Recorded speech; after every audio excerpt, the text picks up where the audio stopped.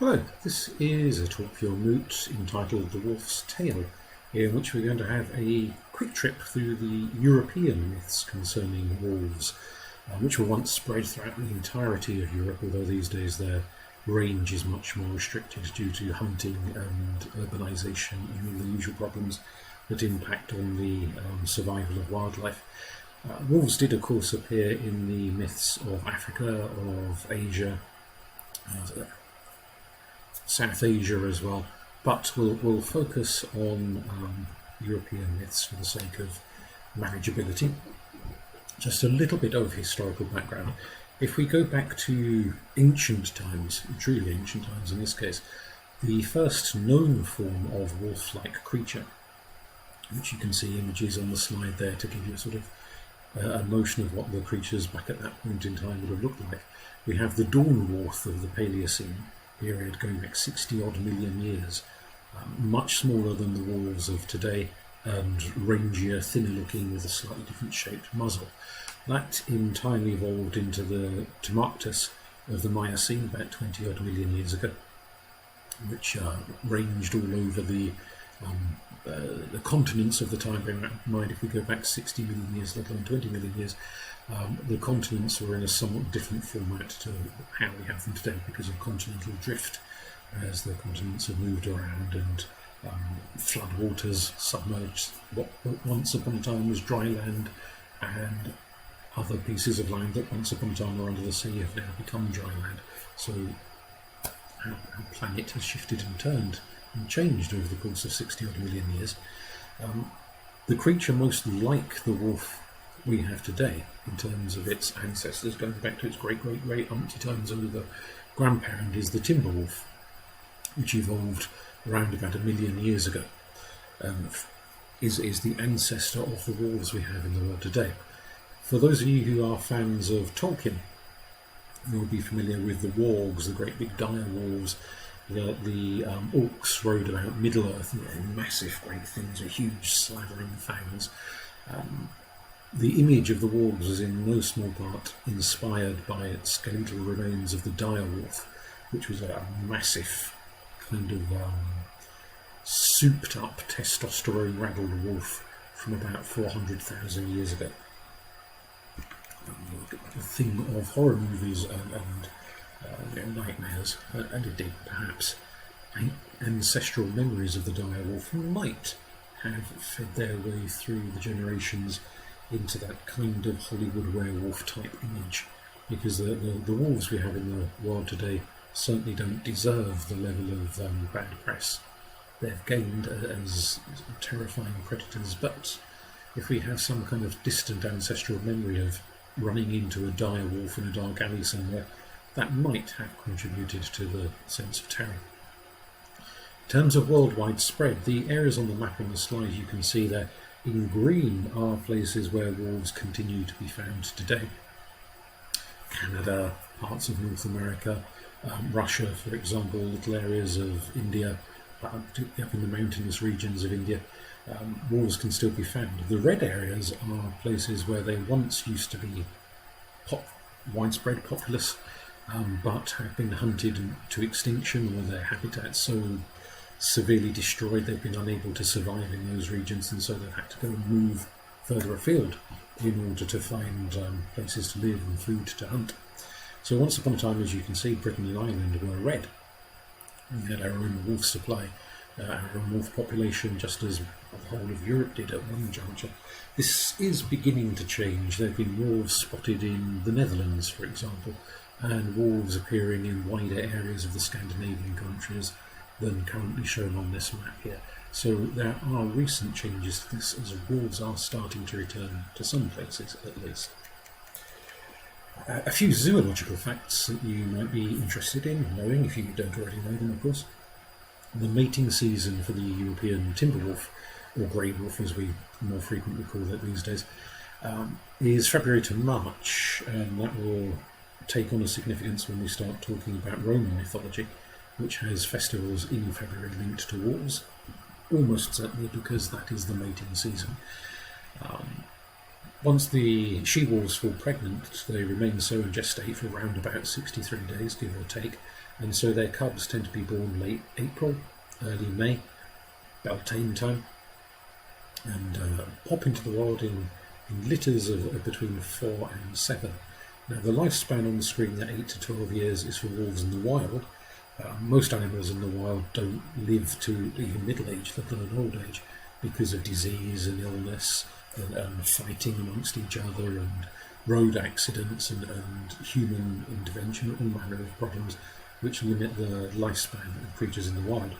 Wolves that live in safari parks and wildlife reserves, places like that, tend to live a bit longer because they usually get the veterinary care and a decent steady supply of food and so on, which their wild cousins lack.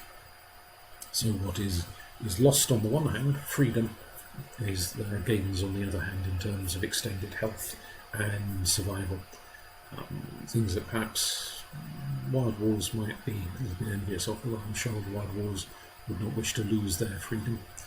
As you can also see on the slide there, wolves can run for up to 40 miles an hour in short bursts. That's not kind of hour upon hour at 40 miles, but when they're chasing after antelope and deer and what have you, they can run them down at 40 miles an hour, so phenomenally quick.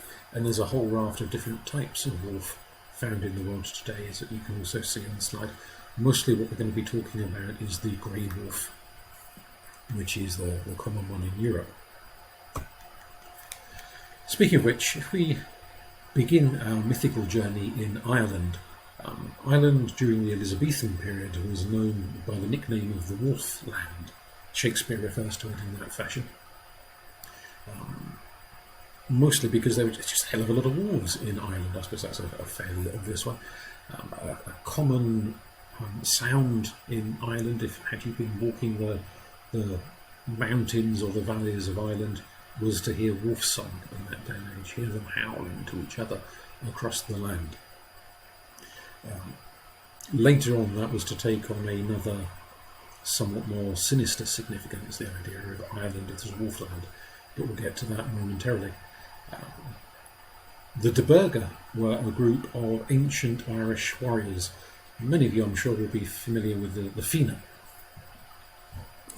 If you're not, if you imagine something a bit like Robin Hood and the Merry Men, but in Ireland rather than in Sherwood Forest, the Fína were bands of semi-legendary, semi-mythical warriors who during the summer months would go out and live up the mountains and in the forests and the valleys away from the human settlements, and they would practice their martial arts with bows and arrows and swords and spears and what have you, and mostly male. There were some female Fína referred to, but mostly male, and usually quite young. So it's what sociologists and anthropologists refer to as a broederbond, a brotherhood, a way of getting hormonal young men who are often somewhat testosterone-y and stroppy to stop driving their families around the bend, stop drinking too much down the pub and picking fights with each other, and go off into the wilderness to vent their hormones there, learn some useful skills under the supervision of older men. And once they've acquired some self-discipline and some confidence and learn to sort of master themselves and stop being so hormonal and annoying, then they reintegrate into society. It was the practice of the Fína to spend the winter months with their families or their liege lords, those who perhaps didn't have any families left alive, and the summer months off in the wilderness, where they could be contacted should people require help and assistance. So if the pirate bands were raiding the coastal villages and abducting people and stealing cattle and sheep and whatnot, then they could turn to the local Fína and ask for their help. Probably have to pay for it, I dare say, but they would come in a little bit like the A-Team, all blinged up, and defend people. The De Burgh were much the same thing, but there is a suggestion that the De Burgh were more like mercenaries, where they could be hired by anyone to do anything, whereas the Fína are portrayed, at least in mythology, as being very kind of noble-minded and protecting the people rather than just being hired heavies who would come in and fight for any cause so long as there was catch. The Deberga are portrayed more like hired heavies rather than noble-minded warriors. But the Deberga, just as the over in the Scandinavian countries, people were said to go a Viking. That is to say, being a Viking was not a racial identity or an ethnicity. Rather, it was a job description. You went a Viking. It was a thing you did. You got in a boat, you sailed off to some far-flung part, found whatever money and cattle and goodies and maybe the occasional slaves to bring back or wives to bring back. You went off raiding and you vented your pent-up frustrations, and once you had some money behind you, you built up a bit of farmland and settled down. So to go, just as they went a Viking, so the references in the Irish text to the Deberga talk about them going a wolfing, that they were wolf warriors, much like the Norse Ulvethna, who we'll talk about as we go along, who used to wear wolf skins wrapped around them. There's a particular story where the Deberga are laying siege to a hostel, which is not, if you say hostel these days, people think YMCA, and that's not really what the Irish meant by a hostel back in the early medieval period. It was more like a big guest hall for people to come and stay in, for travellers and so on, but very kind of upmarket.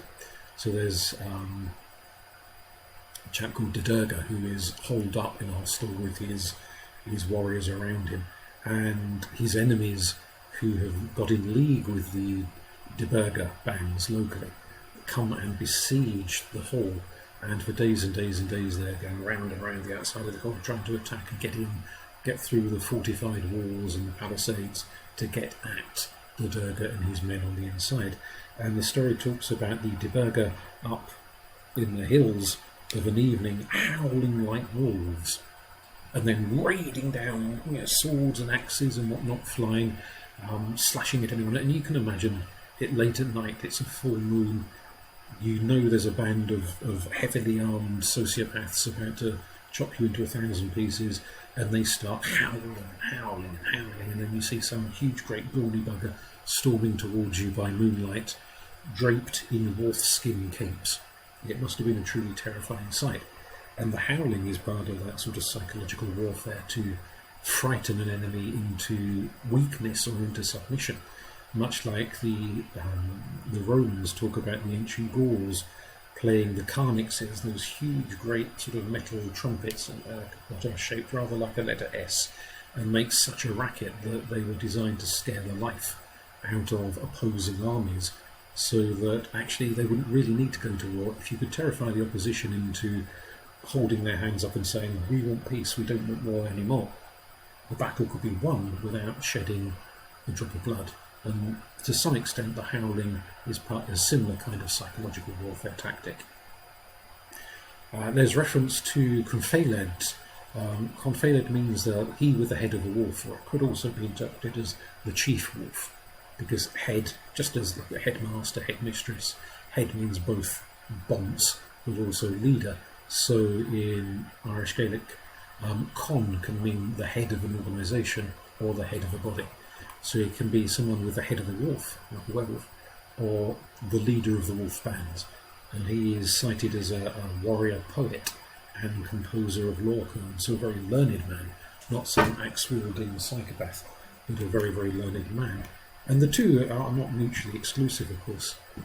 Just as when you're watching fantasy movies and whatnot, the depiction of warrior bands, they're huge muscled men who just stomp around grunting at each other. That's the sort of Hollywood take on it. In the ancient world, those men were often very well educated. They were often poets, they were often storytellers, they were all sorts of things, as well as being great big burly warriors. So it was a fusion, a much more nuanced picture of human nature in the ancient world than we tend to get from the Hollywood movies these days. King Cormac MacArt, who was one of the High Kings of Ireland, who as a child, or a baby, his mother was fleeing from a rival band of warriors who'd killed her husband, Cormac's father, and she was heavily pregnant and trying to get to a place of safety where she'd be looked after by a friend of her husband. And on the journey, she was had to stop the chariot that they were riding across the land in, because it was getting very late at night and they could hear wolves howling in the forests and couldn't really see where they were going, so they had to stop the chariot and hole up somewhere safe in the woods, which turned out to be a sort of magical fairy woods. And she gives birth in the woods, and a she-wolf comes and picks up the newborn baby and takes it away, not to eat. The next day, the queen and her handmaiden wake up at dawn. They realise the baby's gone. They see the wolf prints in the mud, and they jump. Well, I was going to say they jump on the chariot, but actually the chariot's no longer functional. They rush off to find help from the dead husband's friend, and he comes out with his band of warriors, and they find, a couple of days it takes them, but they find the newborn baby being looked after and suckled by the she-wolf that had taken it, and that newborn baby is Cormac, and he goes on to become one of the great kings of Ireland. Although this is set to take place, Cormac's lifetime is overlapping with the lifetime of Jesus, in terms of there are events in the story where they mention things happening with the birth of Jesus, and that kind of pinpoints it at a particular historical period, so it's a 2,000-year-old-ish story. There's a reference in the tale of Dodurga's hostel, where one of the great warriors bursts out of the hall and is fighting his way through the Dodurga, hacking and slashing, and is gravely wounded, and he's lying there, blood and guts everywhere, a bit like one of those Shakespearean tragedies where by the end of it nearly everyone is dead. And somebody comes along and finds him in a terrible state and tries to help him.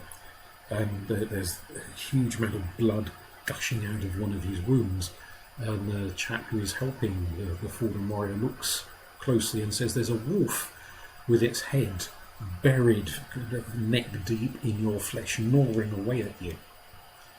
And how you couldn't notice a thing like that earlier, I don't know. If you had an entire wolf with its head in the side of your body, you were that badly wounded, you would be a bit on the dead side by then. But this is mythology, so it doesn't always follow the strictures of anatomy.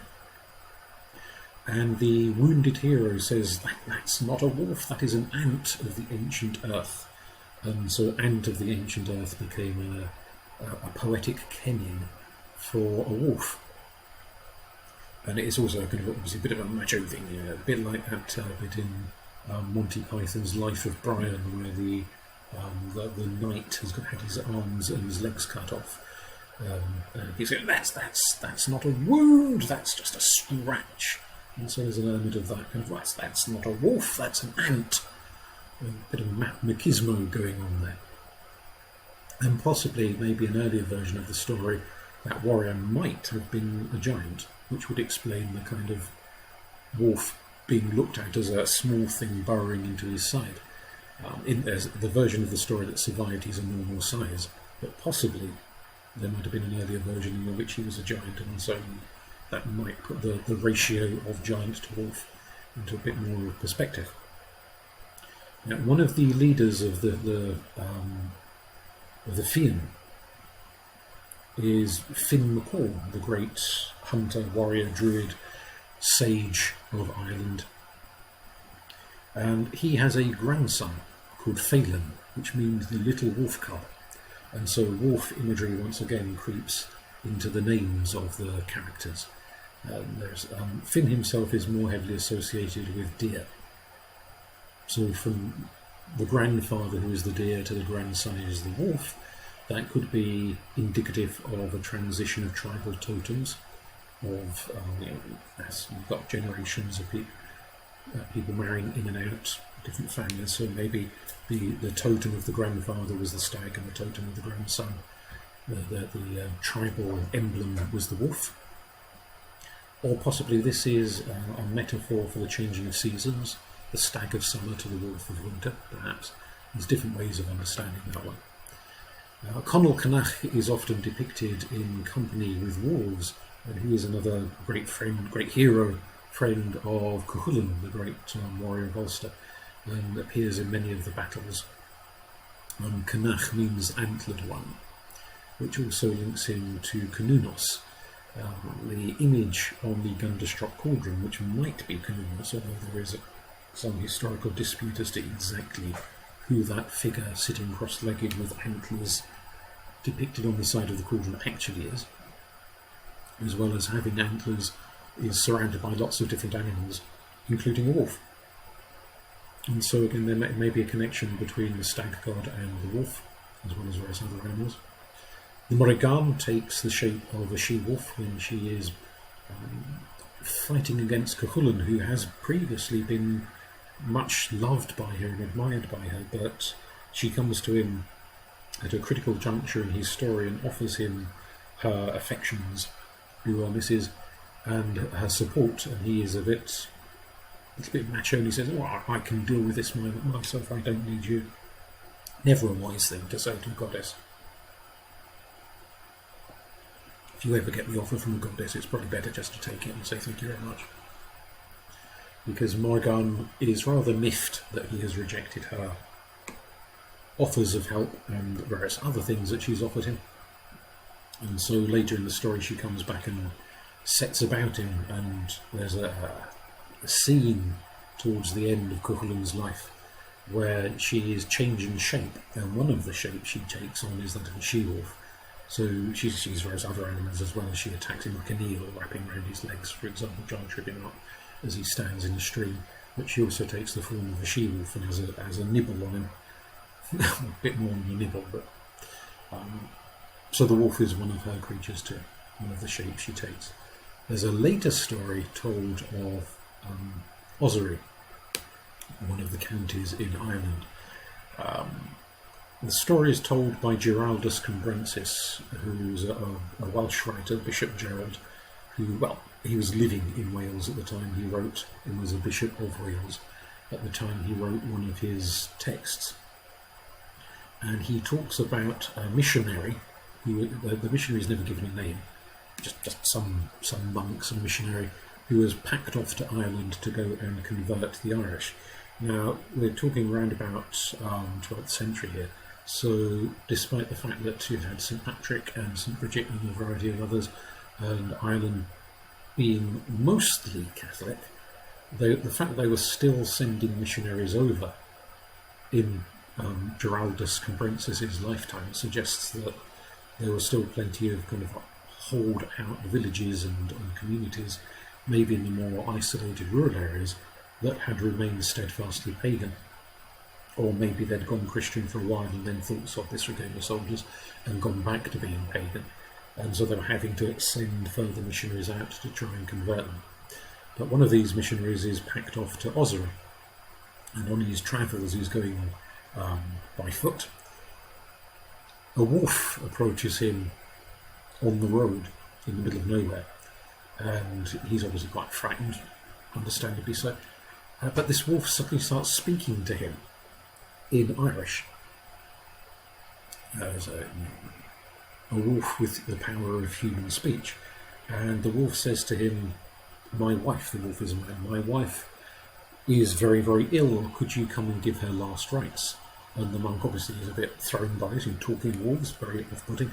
And the idea that a wolf would want last rites is also quite surreal, but the monk thinks, in for a penny, in for a pound, and follows the wolf off the path into the woods, and eventually they come to a cave, and there is Mrs. Wolf, his wife, and she's indeed dying of various injuries, and the monk gives her last rites, so she becomes a Catholic on her deathbed. And the surviving wolf, the male wolf, explains to him after all this is over and done with that the people of Ossory are under a curse which dates back several hundred years to a previous saint, who's a very obscure saint about whom virtually nothing is known. And this saint had, for reasons that are never quite clear, cursed the people of Ossory, such that some of them turn into wolves for a 7-year stretch. And if they can manage to go 7 years without eating anybody, But a human person, that is. They can eat sheep and goats and blah, but they can't eat human flesh. If they can go 7 years without eating human flesh, then they're turned back into humans. However, if they succumb and eat a human being, then they are doomed to stay wolf for the remainder of their lives. And the monk listens to all this, and then the wolf, well, presumably they bury the she-wolf, I guess, after she dies, and the monk continues on his way, and certainly lives long enough to pass the story on, and for it to make its way back in a letter, I would assume, to the bishop, telling the bishop of all the strange things that had befallen this missionary on his journey. There are werewolf traditions centred in County Ossory, which remain, some of them, quite late. The tale of Schlief-Misch is quite an interesting one and rather an involved story, but the very, very short version is that the Fina, once again, were called to the coast of Ireland, to what at that time was called the White Strand, because the sand was so shiny white. And there's a whole fleet of ships from someone declaring himself to be king of the world that are moored off the coast of Ireland, and more recent historians have suggested that this is a reference to the Emperor of Rome, the king of the world. I'm the great emperor. Although he's never called the king of Rome or the emperor of Rome in the story, he's just called the king of the world. But he's decided, having conquered the rest of the world, he now wants to conquer Ireland, and the only thing standing between him and the conquest of the whole of Ireland is the Fina. Huge fight goes on between them, and they have to call on various powers to help them, because the Fina are few and the armies of the king of the world are many. But eventually the tide of battle is turned, and the king of the world himself, in a very unusual move, disembarks from the safety of his ship and goes to set foot on Irish soil to try and deal with Finn McCall, who is the leader of the Fina and the chief source of opposition to the foreign king's rulership in Ireland. And the battle ends with Finn McCall cutting his head off. Thereupon arrives his daughter, the king of the world's daughter, who's called Mish. She arrives on Ireland and she finds all blood, guts, gore, arms and legs everywhere, and is driven half mad by the sight of it. When she sees her dead father lying there, his head in one part of the battlefield and his body in another, she picks up his manky head and kisses him, and gets her father's blood on her lips, which has a sort of symbolic connotation there, and she goes insane. And she runs off into the mountains. And she becomes a wild creature in the mountains, and she lives for 300 years. The story never explains how she manages to live for 300 years, she just does. As a werewolf. So she sprouts fur and fangs in the works, and for 300 years she attacks travellers, she eats sheep and goats and anything else she can get her claws into. It's only 300 years later, when everyone has given up ever trying to get her back down from the mountain, that a bard by the name of Duroche comes along and uses music to soothe the savage beast, charms her and woos her, and the story gets a little bit risque, a little bit naughty, but eventually, using his magic wand, he manages to turn the werewolf woman back into a human woman, and the fangs and the fur and what have you recede, and she goes on to live a normal human life, and eventually she dies a kind of a normal human death despite her immense age. But she doesn't look 300 years old, she looks pretty much the same age as she was before she turned into a werewolf. And there's this discussion whether the wolf of Schlief-Misch, the mountain, Schlief, it means mountain, and so the mountain is named after her, whether she was perhaps the goddess of the mountains who has been, with the story being told and retold, has become a princess rather than a goddess, and that may explain the immense lifespan.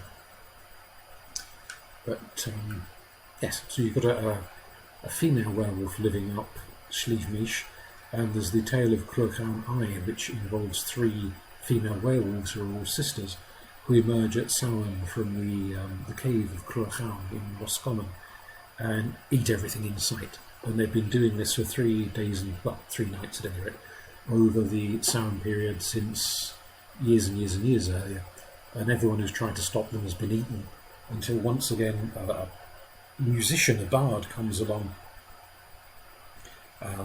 uses the power of his music to kind of hypnotise these werewolf sisters as they emerge from the cave. And Kilcher, the warrior, was a friend of the bard, is hiding behind a rock, and just when the three women are fully, or three werewolves, are fully entranced, and the bard is starting to, I suppose, get a bit of cramp in his hands from playing his harp and charming them, the Kilcher leaps out and spears the three of them like a caban with his spear, and kills the three she-wolves. There's no explanation for how they became werewolves in the first place, they just did. There may have been such a story once upon a time, but it hasn't survived in written record. So lots of stories from Ireland about werewolves, often emphasising the sort of frightening nocturnal element, the wolf warriors howling in the dark, the female werewolves eating everything in sight, the fierce and the bloodthirsty elements. But also this notion, as with the two werewolves seeking the aid of the wandering missionary, that werewolves are capable of rational thought. They're not just kind of brute beasts eating everything. That these wolf people are amenable in many ways. And it may be a tradition that goes back quite a while, in the sense of just as there are tales of Selkies, the seal people, and of Nglan, the bird man, who is the leader of the bird people, the wolf people may have been a whole group in and of themselves. Perhaps a memory of a tribe that had the wolf totem, or perhaps a rather likely idea of the Deberga, not one single tribe, but people from various different tribes who joined a wolf warrior band, which had mystical rites and rituals, and they could enter into trance states and commune with the spirit of the wolf gods and goddesses who guarded them and steered them in their military excursions, to be understood in that way. So lots of werewolf stories and traditions from Ireland going back quite some time into the past. If we cross the waters to mainland Britain, we can find a couple of different accounts of wolves.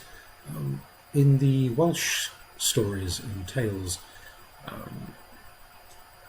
the great white sow Henwen goes wandering around the land for miles and miles and miles, not just around Wales but all over the country, and wherever she stops she leaves gifts, and some of these gifts are wondrous gifts and some of these gifts seem to be more like curses than gifts. Unfortunately, the triads which mention where she stops and what she leaves behind are simply that they're very short verses with a passing reference to things.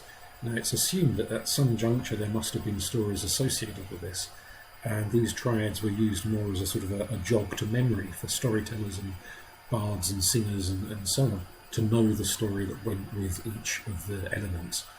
But we don't have the fuller version of the story. So the Wolf of Kivavach, which was given to Minwaith, why was it given to him? What did it do once it was given to him? We don't know, but Henwen gave it to him. So the actual story, the context, has been forgotten, or at least lost to written record. Maybe it's up here in the great collective unconscious, but it's not in written records anymore. But the idea of Henwen giving the gift of a wolf is there. Henwen is quite probably associated with the great white sow that is linked to Ceridwen. So Henwen may have been either Ceridwen in the form of the pig, or possibly an associate, an animal associate of Ceridwen. So there is an interconnection there between the two. In the rather non-PC story of Gwydion and his brother Gilvaethwy, they conspire because Gilvaethwy has fallen in love with the handmaiden of Mathonwy, who is this great sort of wizard figure, a bit like Gandalf kind of thing, in Welsh mythology.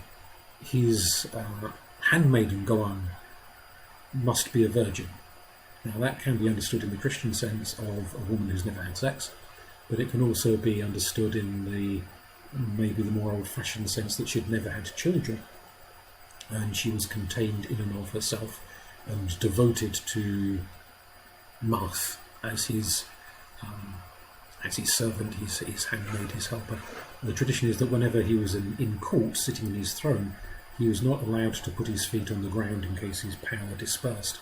So he would rest his feet in her lap, so she could sort of insulate him from the earth, and he would retain his power. And he's a figure rather associated with the wind and being able to hear things whispered on the wind, so kind of a sky deity, perhaps, in his earlier, more original form. Although by the medieval period, when these stories are being, late medieval period, when these stories are being written down, he's a wizard rather than a god, but perhaps in an earlier telling of the story he was more like a god. So the two nephews instigate a war to force their uncle to ride out to battle and deal with the war, and whilst he's out with his warriors fighting against the rival armies, Gwydion and Gilvaethwy sneak into the palace, where the old people and the children and the young maidens of the court have all remained behind whilst the warriors go off, and Gilvaethwy is able to have his wicked way with the handmaiden, so she is violated, she's no longer the virgin footholder, and so another footholder has to be found, so that's another story. Once Martha returns to court, finds out what's happened to his handmaiden and who's done it, he punishes Gwydion and Gilvaethwy in a rather graphic manner. So in 1 year they are turned into a boar and a sow. In another year they're turned into a stag and a doe, and in a third year they're turned into a wolf and a she-wolf. So not only do they take turns in changing sex, so that one of them becomes female whilst the other remains male, but as siblings they are forced to mate with each other, and the product of these strange incestuous unions are 3 children, one of whom is called the little pig, one is called the little stag, and one is called the little wolf, Blathum, the little wolf. And again, these children are referred to as the incestuous parents return to Marth. The child is in animal form and is touched by Marth with his magic wand and turned into a human form and presumably fostered off to be looked after by whoever. And the 2 brothers are then turned into the next type of animal and packed back off into the wilderness as their punishment continues. And we hear no more about what happens to these 3 children. I suspect personally there would have been stories about them once upon a time, but those stories again have been lost to the written records, sadly. So what Blathum was like, what he got up to, what his story was, who knows. But I'm sure the little wolf grew up to do wolfish things. Venetius was an ancient British chieftain who led a tribe that St. Patrick tried to preach to, and they tried to drown him out by howling at him. Wolf style, so he cursed the entire tribe, including King Venetius, that they would all turn into werewolves. And they did.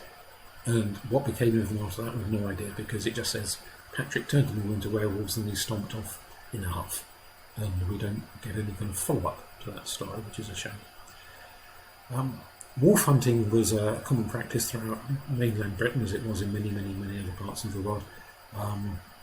One of the Welsh princes offering a hefty sum of money to hunters who once a year would bring in a great big pile of wolf heads. They'd chop off the heads of the wolves, and they'd do literally a head count, a count of the severed heads, and they'd get paid per dead wolf.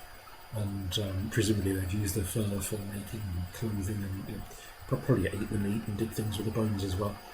But the idea of the head count comes partly from that, and also the notion, which continues into Anglo-Saxon practice, of the wolf's head as a phrase to refer to an outlaw. That's partly where it comes from, the counting of the wolves' heads. If we come more to this part of the country, coins have been found from Iceni burial urns they're buried urns stuffed full of coins, some of which have wolf images on them. There's also coins with horse images on them and so forth. That could have just been random artistic. Yeah, some coin maker thinking, what should I put on the back of this coin? Oh, I know, I'll stick a wolf. And it was just a bit of random artisticness. Or they could have chosen the wolf because it was associated with the ruling dynasty of the day, their kind of totemic emblem. And maybe it was associated with deities, a wolf deity, so they were putting an animal on the coin to refer to a deity. We just don't know, I don't have context for that. But we'll come back to that coin momentarily. The Blithayad are the wolf warriors, so just as you've got the Diburga in Ireland, you have the Blithayad in Wales. We know very little more of them than their name.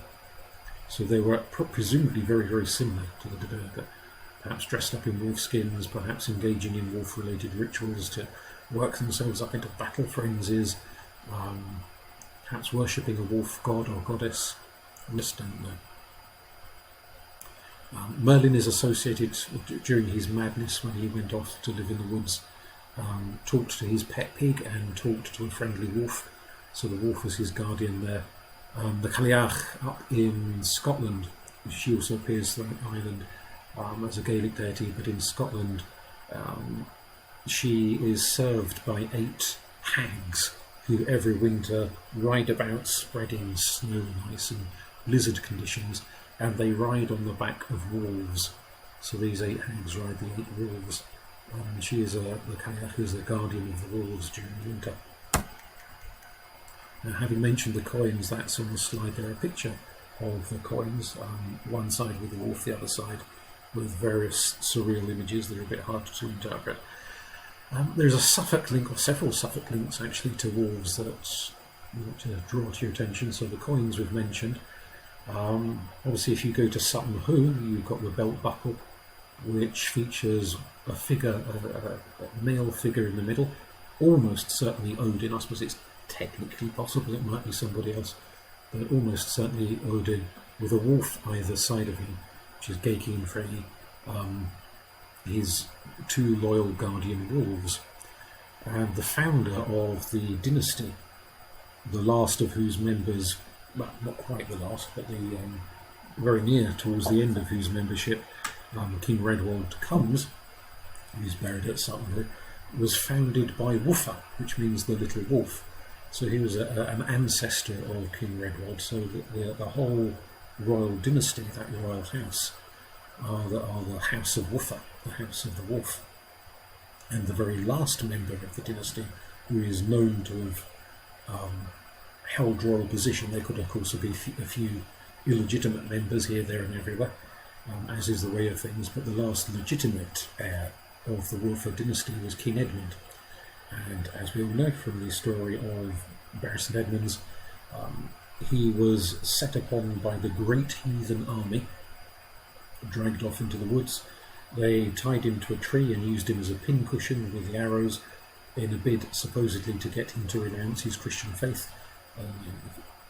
Every time he said, "No, I won't," they'd fire another arrow into him until eventually he died, and then just to make absolutely sure he was definitely dead, they chopped his head off and lobbed it into the undergrowth.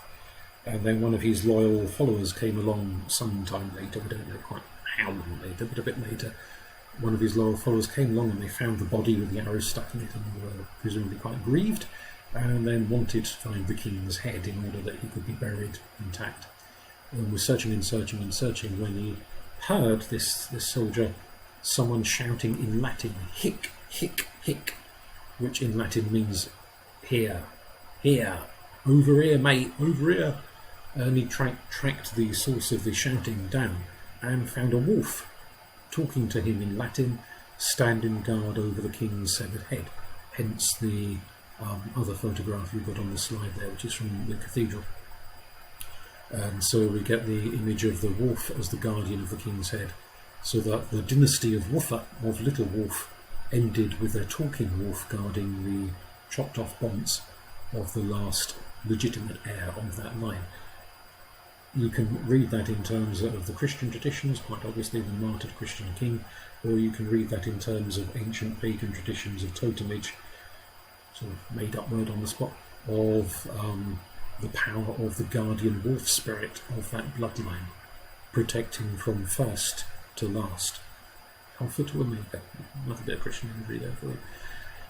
So, in Suffolk we have the House of Woofer, we have the Wolf's Head, we have the Iceni wolf coins, going back to a much earlier period. Boxted Airfield was home to the Wolf Pack, the nickname of the 56th Fighter Group during the Second World War.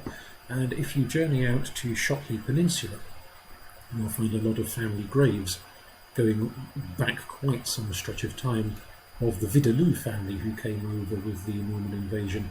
Vidaloo, if you speak French, means face of the wolf, the people with the face of the wolf, the face, the visage of the wolf.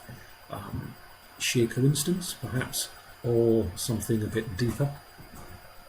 I like to think that maybe there is a sort of ancestral totemic link of wolf spirits to this part of the country, to the east coast of Suffolk and beyond, maybe into Norfolk, which was also part of Iceni territory once upon a time.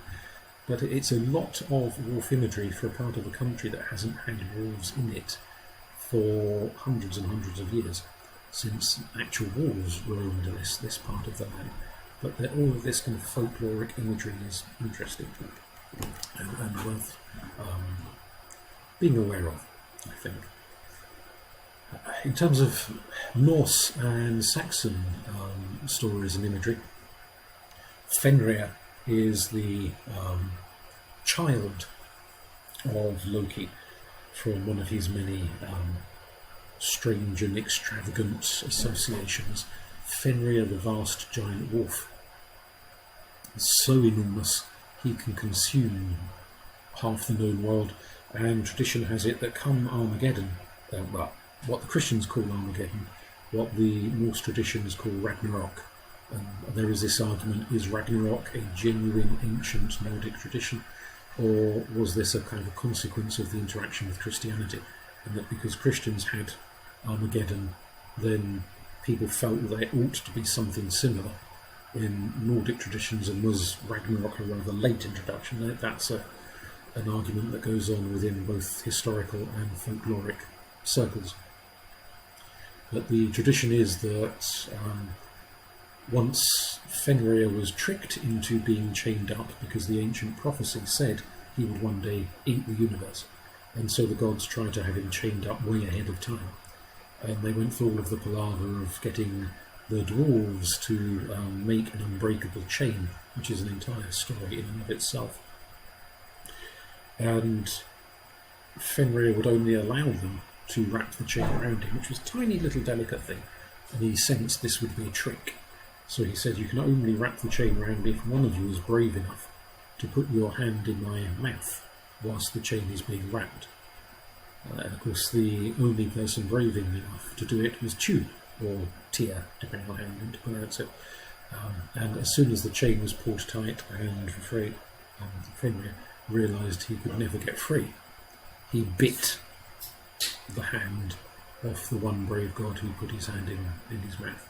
And so the loss of the hand symbolises the willingness to do whatever it takes to keep divine peace and order in the land. The tradition of Ragnarok's, the prophecy says that one day, even though he's chained up with a big sword in his goblin and the drawl of the wolf creating a poisonous river flowing out ever since he was chained up in ancient times, that one day he will break free, shatter his chains, and go on to eat half the known world before eventually he will, in his turn, die.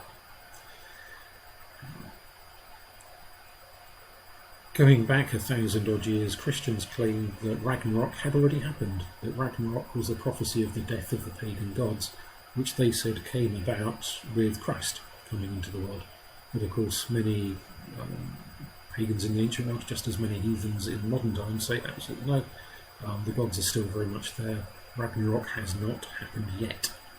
Quite when it will happen and how it will happen, it's not up to me to say. Vali is also a consumer of the world. Hati and Skoll chase the sun and the moon through the sky, and one day, again at the end of the world, will eat the sun and the moon. But until that time, they just chase the sun and moon through the sky. Odin has his more friendly wolves, Geri and Freki, who serve him and carry messages for him around the world. So not only his two ravens, Hugin and Munin, but also his two wolves as his servitors. Going back and forth, we've already mentioned the Sutton who curse. The Vethna we mentioned in passing as the wolf warriors, who would dress up in wolf skins, and rather like the berserkers who dressed up in bear skins, they'd work themselves into a frenzy and swarm down upon their enemies, hacking and slashing. Possibly that frenzy may have been assisted for a few interesting mushrooms, possibly other potions as well, but chiefly through ritual, through dance and trance and howling and kind of what we could very broadly term shamanistic practices to get themselves worked up into the state of mind where they would become like wolves, or indeed templates for the idea of the werewolf. This guy dressed in wolfskins, howling and savage and attacking you in the dark, much like the Deberga we've already mentioned in Ireland. February is known in the Anglo-Saxon calendar as Wolfmonth, the month of the wolf, as indeed it's referred to in the Gaelic calendar. So the Scots Gaelic calendar also calls February the wolf month. So you see a repeated theme in different cultures. We've already talked about the idea of outlaws being the wolves' heads, going back to the days in which a hunter would kill a wolf, chop its head off, put the head before the local lord or earl or baron or whatever he was, and be paid per dead wolf, supposedly to protect the flocks of sheep and other livestock.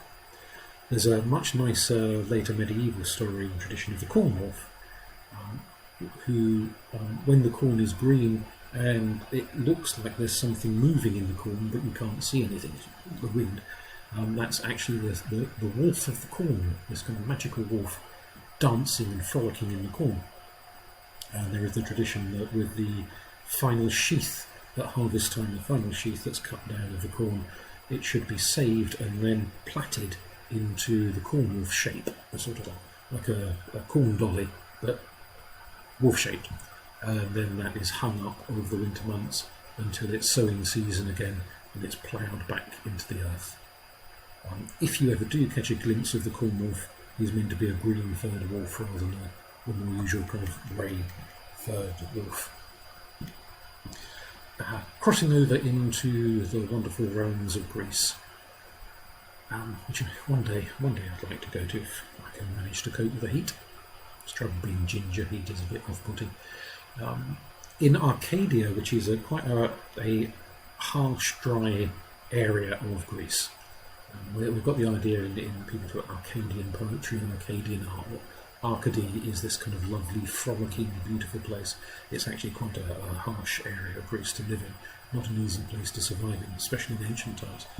But mountainous area, and up the mountains there was a particular king, Lycaon, which means the Wolf King, who had many sons and a very, very, very tired wife, and got into the habit during a famine of surviving the famine by cannibalism, eating human flesh, until he acquired quite a taste for it, and then proceeded, even after the famine was over and done with, to continue to eat visitors, which is a big no-no in Greek tradition. One of the major virtues of Greek culture, ancient Greek culture, and still I'm sure modern-day Greek culture, is xenia, which is a virtue sacred to Zeus. It is hospitality towards strangers. That if someone comes knocking at your door as a stranger, you feed them, water them, look after them, make sure they're safe. You certainly don't chop their heads off and barbecue them and eat them, which is what Lycaon was doing, sharing the meat with 39 of his sons, and one son refused to take part. Eventually word reached Zeus up in Olympus, because he wasn't all-knowing and all-powerful, so he had to go and check and find out if the rumours he was hearing were true. So he disguised himself as a human being, as a traveller, and journeyed to Earth and wandered around wandered around Arcadia until he came to the palace of Lycaon, looking just like anybody else, a dusty, road-weary traveller, and was shown in to the hall and fed and watered, but some of the meat put before him was human meat cooked up from whoever the last traveller had been. And as soon as he could see that this was human meat being served to him, he flew into a rage, took off his disguise and was there in all of his glory, and cursed King Lycaon and his 39 cannibal sons that they should all turn into wolves forevermore. The one son who refused to be a cannibal was okay, he was left. And so there are these traditions of the werewolves of Arcadia being descended from Lycaon and his sons. And there are various traditions like the one told of the Newry tribe, which is very similar to the Irish story, that for within this particular tribe, every 7 years, some of them would turn into they would cross a river, swim across a river, go onto the other bank, and turn into werewolves. And if they managed to go 7 years without eating a human being, then they could swim back across the river at the end of it and turn back into human. But those who succumbed and ate the human stayed as wolves on the other side and never could come back. So there's these sort of strange, curious, recurrent traditions in different parts of the world, which is in and of itself quite suggestive. There's an altar up the Arcadian mountains to Lycaeus Zeus, wolfish Zeus, and one to wolfish Pan. Apollo is also associated with wolves, and one of Hecate's 3 heads is a wolf head, as she wanders the night, howling in the darkness. In the early days, Hecate was very much seen as a mother goddess, but she acquired this more kind of spectral, ghostly, nocturnal quality as the centuries rolled on. She became more and more associated with frightening goings-on in the night and the guardianship of restless ghosts and so on, and moved more and more away from that kind of maternal image that she had in very early Greek myth. Roman myths give us the story of Romulus and Remus, the 2 twins who were abandoned to the river by their wicked great uncle to drown, except they didn't drown. Mars, who was the father of the twins, looked after, steered the basket that they'd been chucked into the river in, steered it towards a bank, so it washed up on a bank miles downstream, safely away from their wicked great uncle Amulius. And the sacred animal of Mars, which is the wolf, came to find the babies, and so the she-wolf, Lupa, found the babies and took them off to a cave and suckled them for a good few years, and presumably they eventually moved on from wolf's milk to meat, brought to them by her consort Lupercus, the he-wolf, and those twins eventually, several years down the line, were found by Faustulus the shepherd, who took them as his own because neither he nor his wife could have children. And he took this as a gift from the gods and raised them as humans, taught them to dress as humans, speak as humans. But the legend has it that they were always very, very odd, because they always had this rather wolf-like quality about them in terms of their movements and gestures and how they lived and observed and so on. They were kind of almost as much wolf as they were human.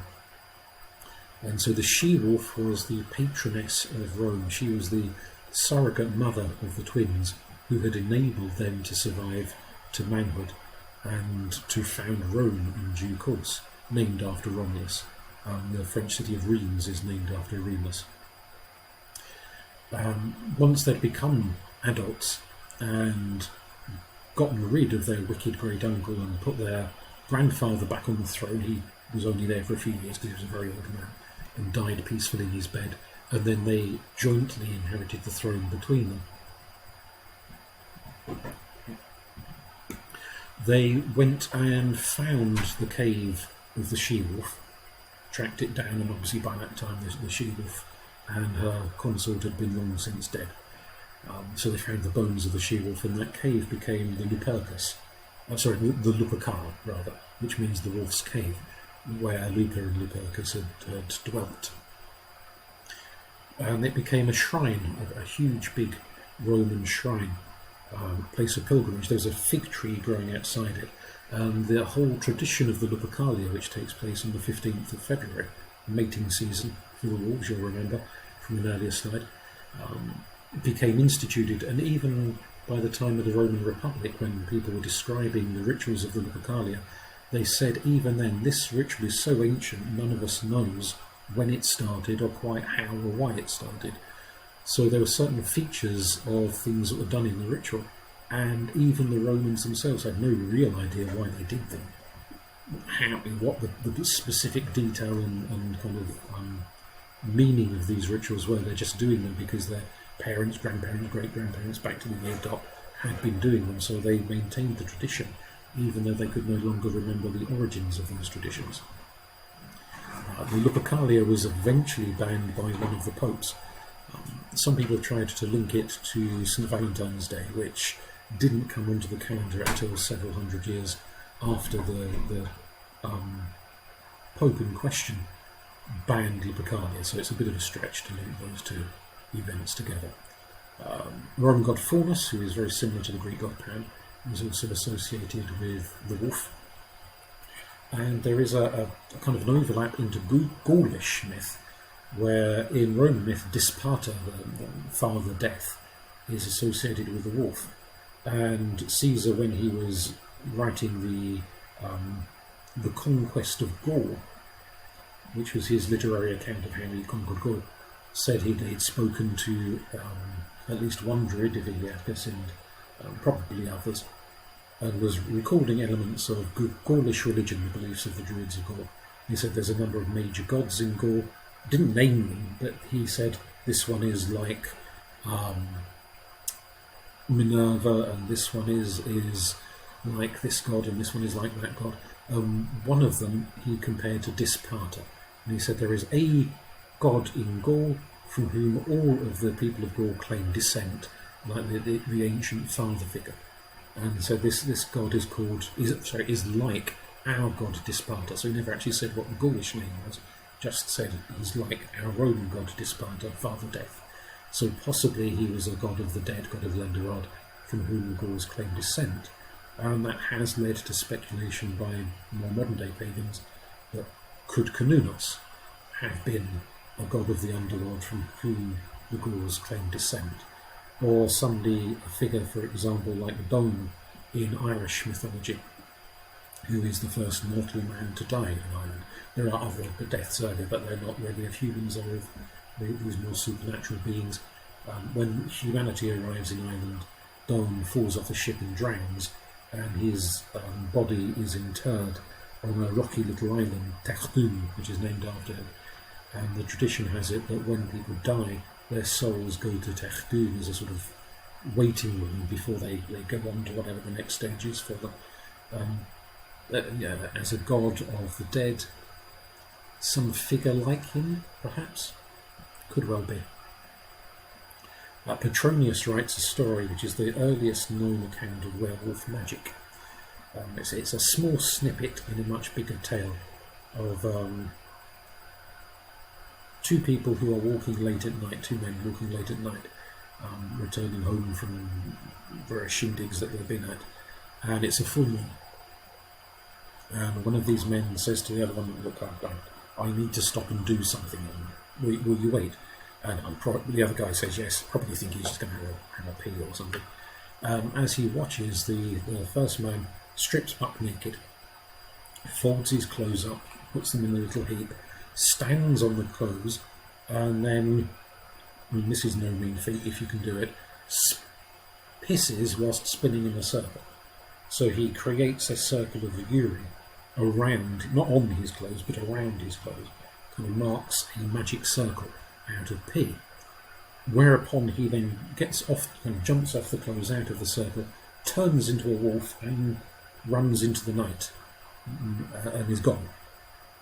And the first man, the other man, shits himself and runs off and tells someone, and that's how the story ends up in Petronius's account of this weird kind of circle casting involving urine and shape shifting.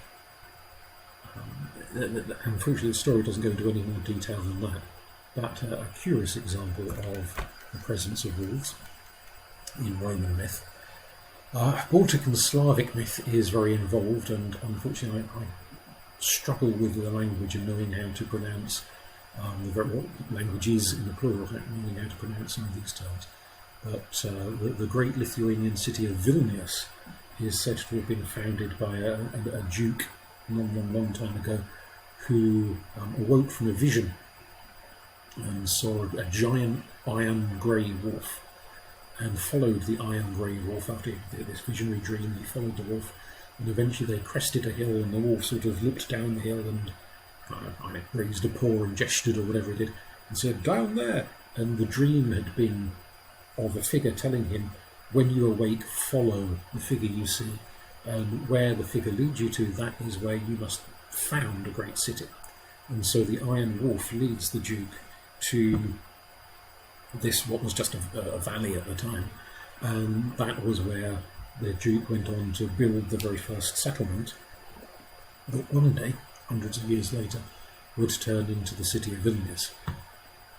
So the wolf is a sort of a founding figure, a guide and a guardian to the Lithuanians, and still a very prominent part of Lithuanian paganism today, which is very, very popular, way more popular in Lithuania than European paganism is in Britain, for example. Loads of pagans in Lithuania. They're very involved in some beautiful, beautiful music. If you ever want to Google some of they have folk music concerts where they sing the traditional folk songs which go back to pagan times. Croatia has and I think this is pronounced Volci pasta, but I could be completely wrong on that. I'm sure if anyone is Croatian, they'll tell me how to say it properly. Pasta as in pastoral, a shepherd, a guide. It's the wolf herd, so just as you get a shepherd, the person who herds the sheep, and a goat herd who herds the goats, there are traditions in Lithuania and Latvia and Russia and Croatia and that whole neck of the woods around there of wolf herds, known by various different names. These are people who have strange magical powers and wander off into the forests. Just as the shepherd looks after the sheep, they look after the wolves, and they kind of herd them about and feed them and water them and make sure they're healthy and fit and okay and all the rest of it, and have the power to summons wolves when needs be. So they're not quite werewolves themselves, but they're in this sort of curious state. It's a power attributed by the churches of the region to some of their saints, and again that's an example where traditions from earlier figures are then absorbed into Christian ones. Going back to ancient times and the forest gods who could summons the wolves to them.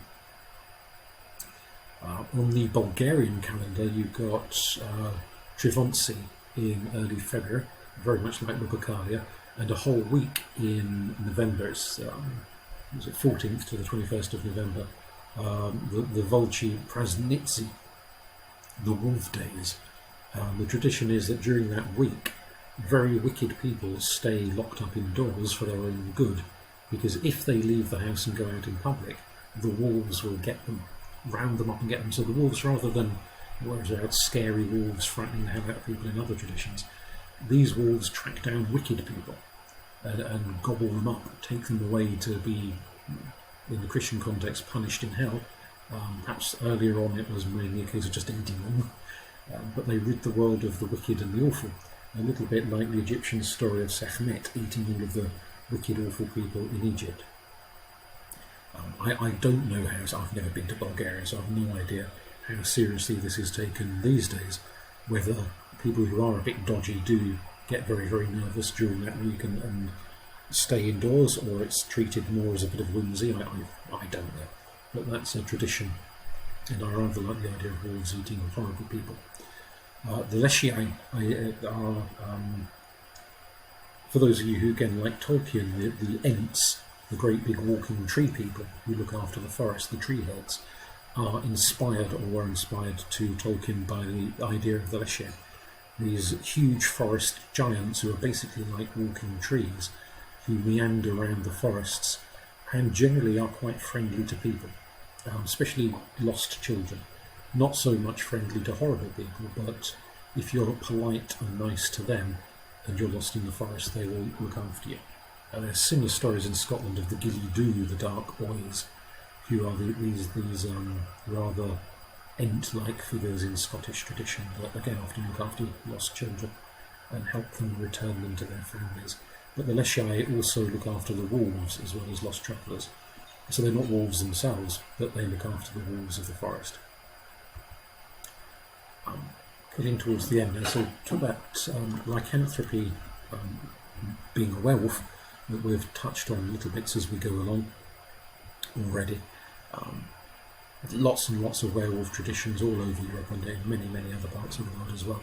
Sometimes people become werewolves through spells, curses laid on them. That's a common theme in a lot of stories. Sometimes by spells that they have cast themselves, so it's a voluntary self-transformation rather than as a result of somebody else's magic. Ointments are a common feature of those traditions, and the assumption is, as with the flying ointments, that these were probably hallucinogenic ointments made out of various mushrooms and other strange plants that people would smear on themselves, absorb into their skin and induce trips. And the person would lie in a heap and hallucinate that they were becoming a wolf and running around the place. Or maybe they actually did run around the place, but felt that they were wolves at the time. There's one fascinating story which I do love telling, but I'll only give you the short version now because of time. Jean Grenier was a 14-year-old French boy who was caught attacking a group of similarly aged girls. Didn't kill it, just scared the life out of them. Didn't actually harm them, but scared the life out of them, and was carted off to the authorities, whereupon he confessed voluntarily, which is very unusual because normally these confessions came under torture, but he confessed voluntarily to being a werewolf and said, I've eaten half a dozen people. And everyone thought, you're obviously a bit simple-minded, and they didn't pay much attention. But they sent for an inquisitor, a chap by the name of Delanca. And he came along. He was a horrible, vile man who, as many inquisitors were, torturing people left, right and centre. But when he encountered this lad, he took him seriously and didn't torture him at all, which is remarkably strange. In fact, probably the strangest part of the story. But he investigated the story. So when Grenier said, I killed this person here and that person there, he was giving specific times and places. And so the Inquisitor went off to these various towns and villages and said, did anyone go missing on this day? And it turned out they had. And the stories he was given of having eaten a girl here and a boy there and this, that and the other, married up with actual disappearances. And so it kind of sounded like he was possibly a serial killer or something, but he actually had attacked people.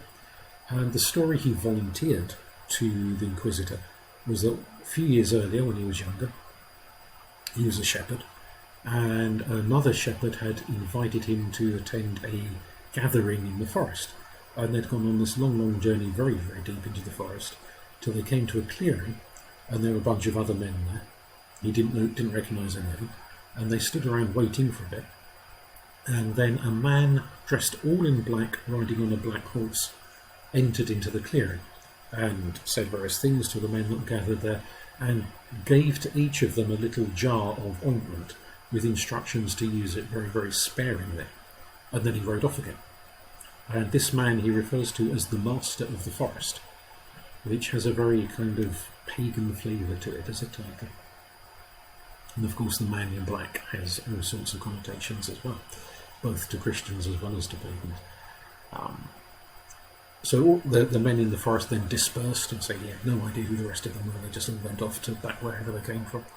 As did Grenier himself, went back to shepherding and failed to follow the advice of the man in black. So in other words, he didn't use it sparingly. He got rather carried away with using the ointment and would smear it on himself and turn into a wolf and go off and eat people. They never did find the jar of ointment, but in the yet another very odd twist, this Inquisitor, who had a horrific track record of executions, did not execute Grenier. Instead, he had him confined to house arrest in a monastery, looked after by the monks, on the basis that he was insane, which is a very compassionate thing to do and remarkably out of keeping for someone so devoid of compassion in all of the other cases that he investigated. He revisited the lad 7 years later when he was doing the tour of that bit of France again, and he was still alive and still saying exactly the same story, word for word. And the monk said he'd been repeating it non-stop to anyone daft enough to listen ever since he was put into the monastery. He died of some illness not long after that. But a remarkably unusual story, and suggestive that maybe there were some ritualistic gatherings, not necessarily pagan ones, it could be in various different religious contexts, but gatherings of people engaged in some kind of ritualistic behaviour connected to wolves with the use of hallucinogenic ointments. Very curious tale. Grenier was caught in 1604, so his encounter with the man in black would have been very late 1500s, just a few years earlier before he was caught. There are accounts of people who are born werewolves. Tradition says look out for eyebrows that join in the middle. Being born in a caul, being born on Christmas Day are all regarded as suspicious signs of inherited lycanthropy.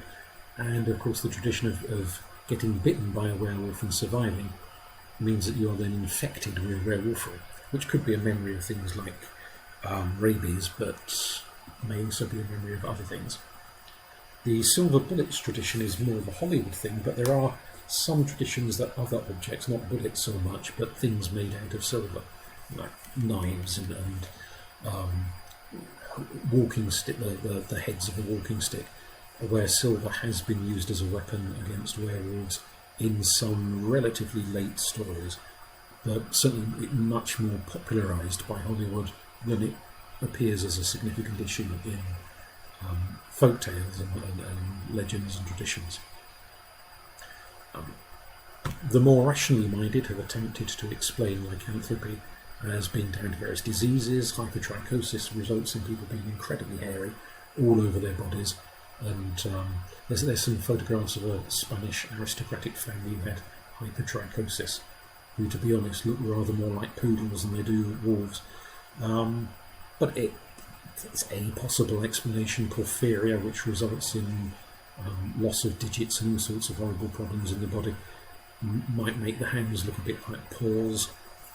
I think it's stretching it a bit myself, but these are arguments that are offered as to there can't possibly be any such thing as werewolves, therefore we must understand these stories in some other context, such as a mental illness, for example. Which is possible. People do hallucinate all manner of weird or wacky things, that's certainly true. So it's possible that some of it at least can be accounted for that way, or simply the idea that this is a recollection of ritual magical practices where people enter into a trance state and in their minds, their soul, their astral body, call it what you will, becomes wolf-like. So I'm not going to go down the Hollywood angle and say they kind of sprout big ears and muzzle and all the rest of it. That's a little bit too dramatic. But other changes of a more kind of psychological, spiritual nature could well account for some of these memories. So Grenier we've mentioned. There were other incidences. The Beast of Gévaudan, which prowled around an area of France. They've made a film out of that, actually. Killed quite a lot of people before all sorts of hunters came along trying to catch it, and eventually something was caught, and possibly not necessarily the beast itself, but something was caught, and then the attack stopped. There's a fascinating tradition from 16th century Italy of the Benandanti and the Malandanti, which came to light as a result of inquisitorial trials, this time involving torture, sadly, of various people who were brought to trial and all started recounting much the same story in a particular area of Italy, which was that these people who were put on trial were the Benandanti, which means the good walkers. Malandanti means the bad walkers. The good walkers said that yes, they used magic and they went in trances and they did all sorts of weird and wonderful things, but they did them in the service of God. They did them to protect the people from the Malandanti, who were the nasty ones, the kind of workers of evil magic, and they were using their good magic to save people from the evil magic. which did at one point in the story involve turning into wolves, as well as lots of other things as well. But the Inquisition didn't seem to give a rat's ass who was a good walker and who was a bad walker. They pretty much killed everyone indiscriminately when it came to things like that. But that they, instead of the usual old bollocks about kissing the devil's arse and taking his allegiance to Satan, you get a fascinating insight into folk tradition, which might have been at least partially true. Maybe there was some bunch of people in a lodge, coven, a ritual group of some description or another, who were entering into trance states. Much of what the Benandante describe is protecting the crops from the spells of the Malandante to whip up bad weather and destroy the crops, make the cows go dry, make animals disease. So it's a very agricultural kind of issue. A war between those who wanted to destroy the farms and those who wanted to protect the farms, and therefore the livelihoods of the people and their ability to eat rather than starve to death. That they were sadly dealt with in the usual way by the Inquisition. In Livonia, there was a very elderly man in his 80s called Face, who was put on trial, tortured, and gave a story not dissimilar to the Benandante story. This is an illiterate old man, so it's highly unlikely he would have read accounts of the Benandante. But he said he was a werewolf, but he was a good werewolf. He used his magic to enter into trances, to journey into the other world, to battle demons in hell, to fight all sorts of malevolent forces and people, and protect his community. So he was quite upfront. Yep, I'm a werewolf, fair enough, fair cop gov, but not a nasty child-eating werewolf like Jean Grenier, who claimed to have eaten several children, but rather a kind and benevolent werewolf whose use of magic is very much in keeping with what the people who claim to be part of the Benandante said that they were doing. Not wholly identical story, but just very, very similar sort of a story. And again, is this a recollection that maybe not only in Italy, maybe in Livonia, maybe in other places too, there were ritualistic groups of people who might well have thought of themselves as Christian and kind of used folk magic as part of their curious take on Christianity, to engage in rituals to protect crops, to fight off plagues, to deal with all of the kind of trials and tribulations people in the 1500s and 1600s and so on had to deal with in what was then a very harsh life. It's very late in the day for these sorts of traditions to survive. The birth of rationalism is going on in the background, and all sorts of other social movements, but here we have these quite central features.